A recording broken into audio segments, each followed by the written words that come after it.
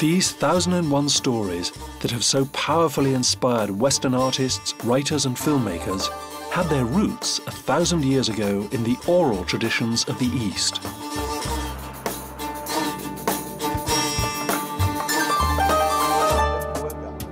I'm traveling back in time to the Sahara to experience the world that created them.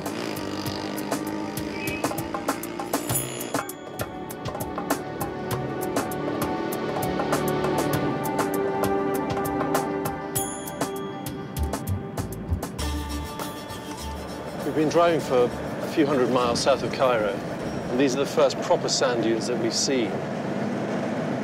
Star Wars land.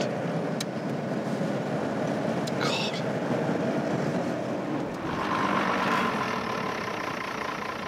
Thank God he stopped. It's straight down.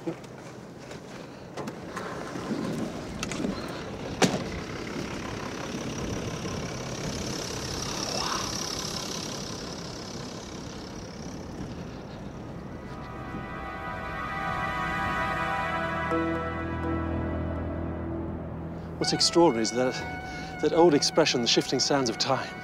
When you're actually in it and you see this sand moving so swiftly like this and recovering everybody's tracks, it feels completely nomadic.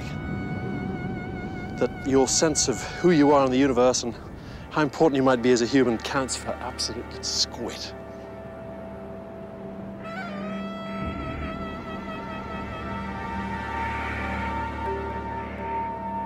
Now, it's one thing to read these stories when you're at home in the comfort of your little bed.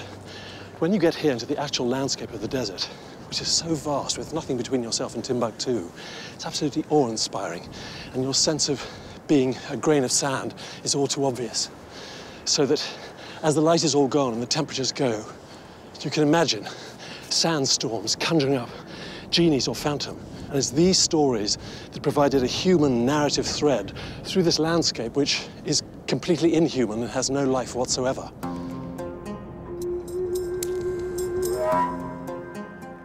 So Scheherazade began. I heard that the second dervish told how the king's daughter drew talismanic shapes in the sand, whispered magic charms, and in a short time, the world turned dark, until he could see nothing but a genie rushing out of the sky.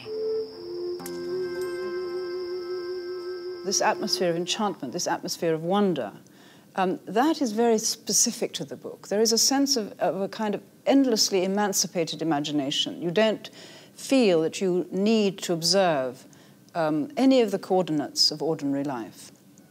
They're simply asking you to let your imagination fly.